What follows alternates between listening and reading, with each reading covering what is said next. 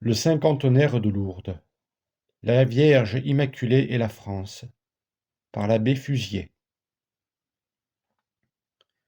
50 ans sont passés depuis que Bernadette, frêle enfant de 13 ans, vit la reine des cieux.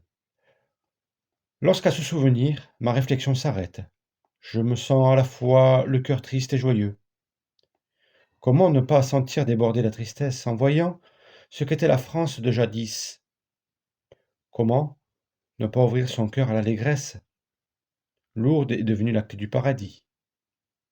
Depuis que dans le creux du roc Massabielle, la Vierge Immaculée à Lourdes apparut, la France ne fut pas sans doute assez fidèle.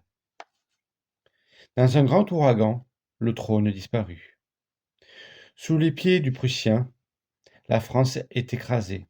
Sanglante et mutilée, elle subit l'affront, 1000 fois plus cruel de se voir menacée par des enfants pervers qui la déchireront.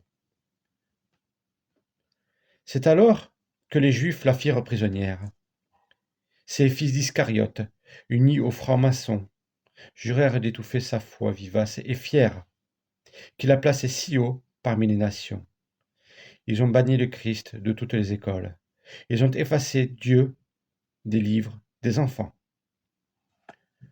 De nos braves soldats, ils ont faussé les rôles. Ils ont fait monter à l'assaut des couvents. Ce n'était pas assez pour assouvir leur rage. Ils ont fait assiéger les temples du Seigneur. Ils ont blessé, tué des hommes de courage qui tentaient d'arrêter leur brutale fureur. Après avoir violé, souillé le sanctuaire, ces écumeurs de l'or ont volé les trésors qu'ils avaient consignés en faisant l'inventaire. Et de leurs droits sacrés, ils dépouillent les morts. Que va te devenir, fille aînée de l'Église, si le Christ n'a pitié de tes longues douleurs? Bientôt, tu ne seras qu'une fille soumise, vendue au plus offrant par tes vils oppresseurs. Vers la reine du ciel pousse un cri de détresse.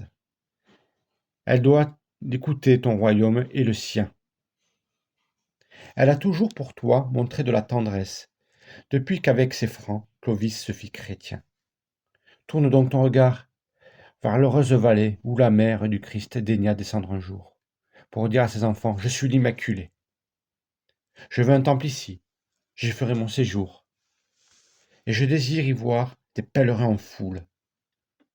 La Vierge est là toujours, et du flanc du rocher, que désigne son doigt, une fontaine coule, dont la vertu guérit, redresse et fait marcher. Assise sur le roc de la blanche basilique, mieux que tes forces armées saura te protéger.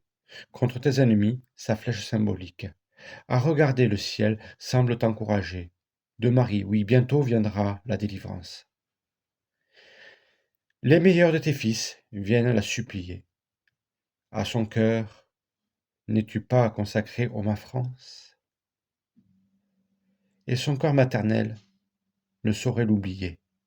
Laisse-toi donc aller à la douce espérance, celle qui terrassa le prince des enfers, va terrasser encore cette maudite engeance qui, depuis si longtemps, te retient dans ses fers.